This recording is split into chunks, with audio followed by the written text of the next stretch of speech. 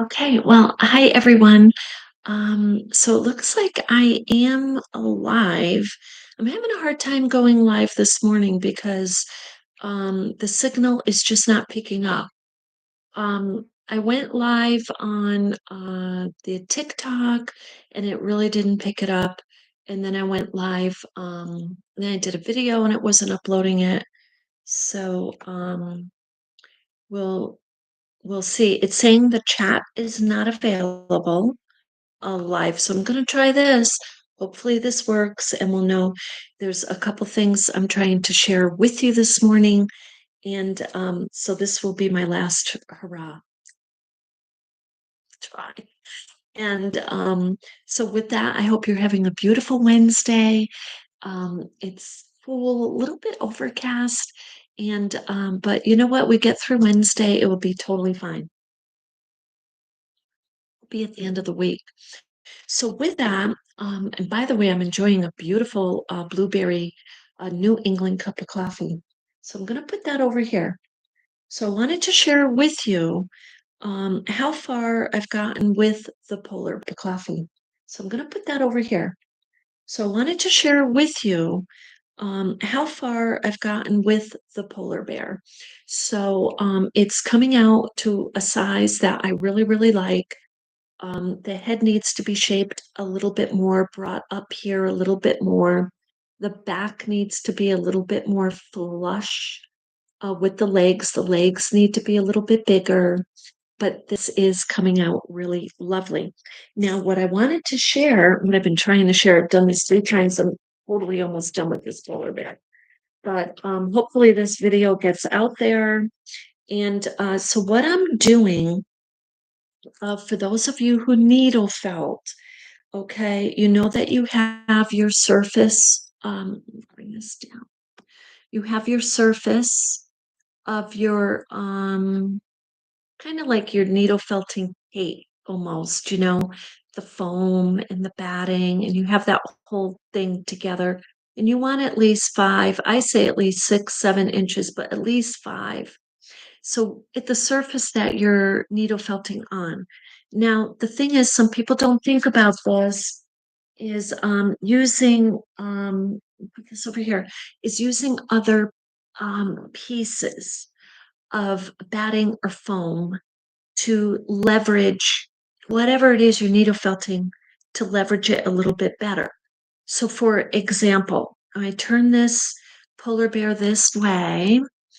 I'm taking a piece of splay and I want the leg definitely to have more wool there. So I'm going to take this piece and I'm going to put it between that shoulder part of the leg and the other leg and then start needle felting.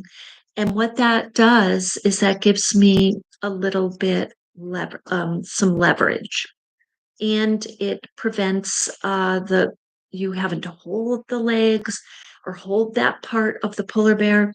And because when you do that, there's a really big chance that you could get jabbed with this. And when you do needle felting, you'll notice that it's an up and down motion, right? But this, a lot of times, needle felting artists, they will start putting the needle felting needle on an angle. And when that happens, especially if the piece is getting a little firmer, it's getting a little more solid, what happens is then there's a chance of the needle to break. So, and the best way to avoid that is to kind of change out these needles and needle felt as best that you can um, with the up and down motion, even if you're going shaping your art piece on an angle, turn it like I'm turning this right now. And so I'm trying to stay with the up and down. So the up and down shaping of the piece, what it does is it secures and hooks the fibers more securely. So as opposed if you're going in on an angle.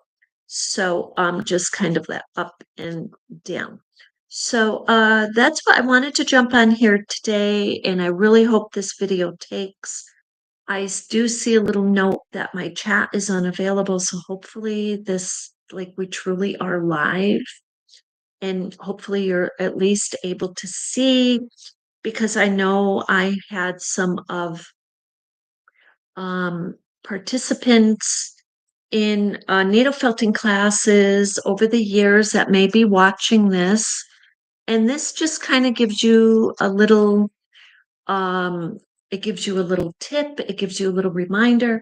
And these, all parts of these right here, you can find at the thrift shop. This is actually part of an old pillow.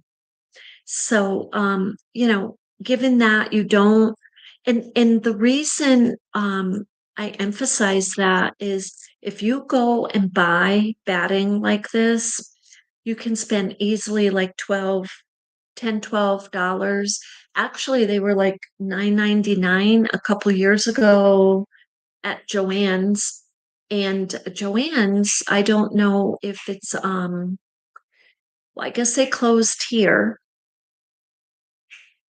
So I don't know if they're available online or what's going on with Joann's. But given that, the idea of thrifting for fabrics becomes even more appealing to me. Now, this beautiful polar bear is going to be a reflection of its changing environment. So the next time you see this polar bear, it will be to fruition and it will be on its way to an exhibit. I will be picking up a polar bear and dropping off this polar bear. And this polar bear will have external pieces to it, and you'll see. I will share that with you. That just speaks to its challenging and changing. And I sometimes say it's new environment because I'm trying to keep hope that it can adapt. And some of them they are trying. They're scavenging on land and they're really trying, but it's not enough food for them and for a lot of them. So let's hope that we can help the polar bear. And again, one huge way to help is recycle.